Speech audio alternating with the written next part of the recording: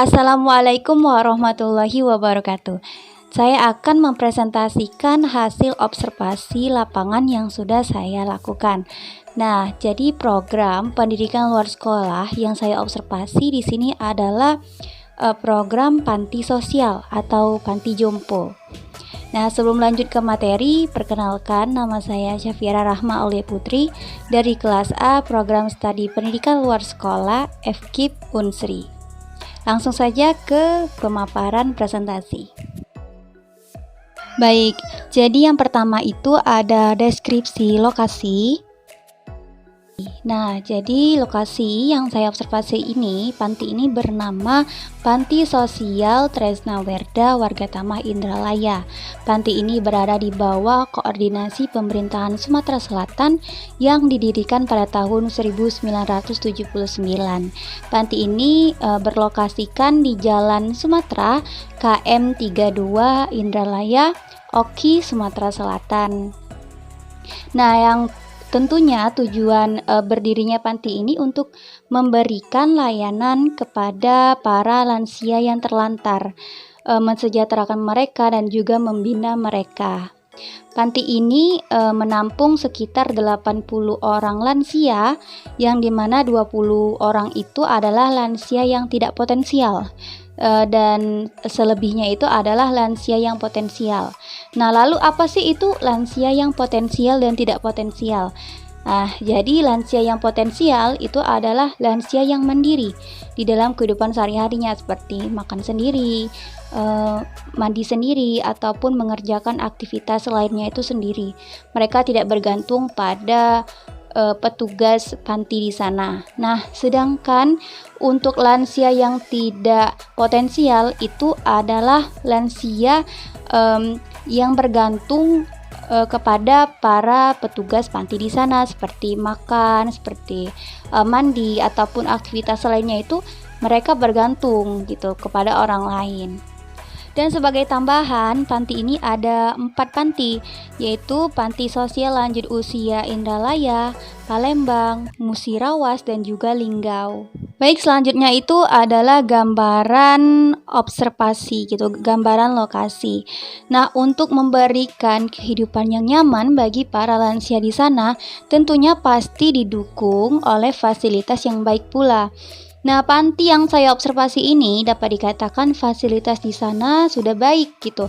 Mulai dari adanya kasur, lemari pakaian, dan juga peralatan mandi, peralatan mencuci pakaian, ataupun mungkin fasilitas lainnya yang dibutuhkan oleh para lansia di sana pasti tersedia. Nah, untuk biaya sehari-hari dan juga biaya mengenai fasilitas ini itu dibiayai atau ditanggung oleh pemerintah. Kemudian adakah gitu kegiatan-kegiatan di panti ini? Ya, tentunya ada.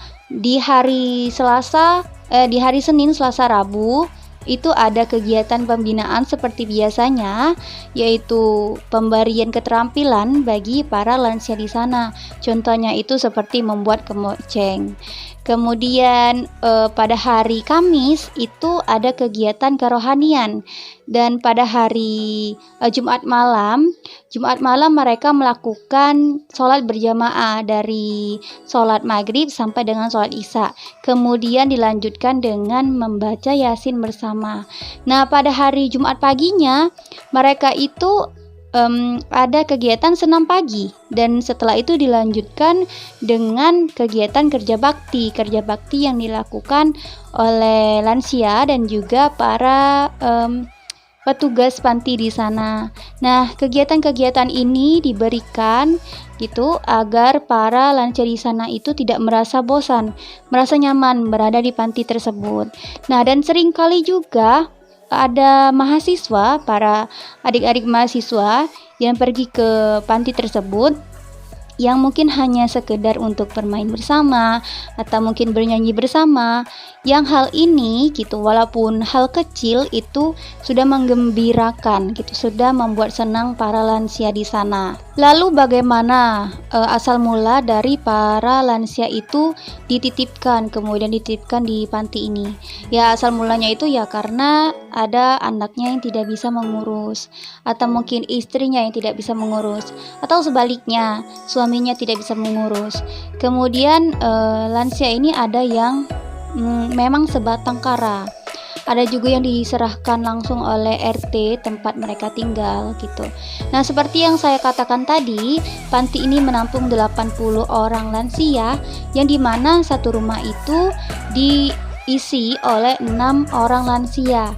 Nah, itu dibedakan antara perempuan dan juga laki-laki. Tetapi juga ada khusus rumah yang isinya itu adalah lansia yang sudah menikah gitu. Nah, karena keluarga dari para lansia ini tidak bisa mengurus mereka, daripada mereka terlantar, mereka dititipkan di panti tersebut. Nah, panti yang berada di Indralaya ini sebagai induk dari panti-panti lainnya. Panti Indralaya ini juga sering menerima para lansia-lansia yang berasal dari panti-panti lainnya. Nah, ternyata COVID atau pandemi ini memberikan dampak kepada panti ini.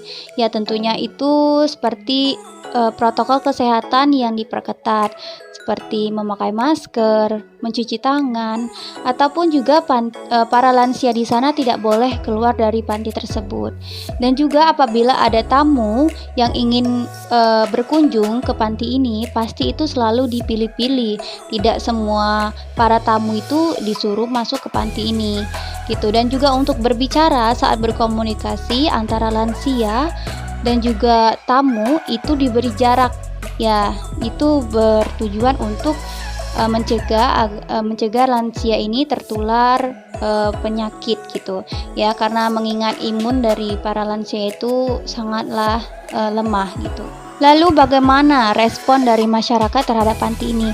Ya, tentunya responnya positif. Dapat dilihat dari adanya donasi bagi panti ini.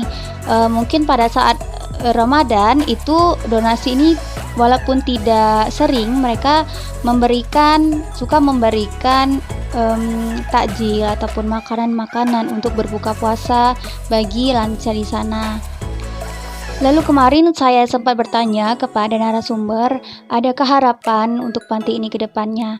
Ya, harapannya itu semoga para lansia di sana itu semakin sejahtera, baik secara rohani maupun jasmani. Kemudian melalui kegiatan-kegiatan kerohanian yang telah diberikan, para lansia di sana sudah tercukupi, sudah optimal bekal akhirat mereka. Mungkin ini saja presentasi observasi yang dapat saya sampaikan, dan bahwasannya informasi presentasi ini benar-benar berasal dari tempat observasinya langsung tanpa adanya rekayasa yang saya sampaikan. Dan apabila dalam penyampaian presentasi terdapat kesalahan maupun kekurangan, saya mohon maaf dan mohon dimaklumi karena saya sendiri masih dalam tahap pembelajaran. Akhir kata saya ucapkan wassalamualaikum warahmatullahi wabarakatuh dan terima kasih.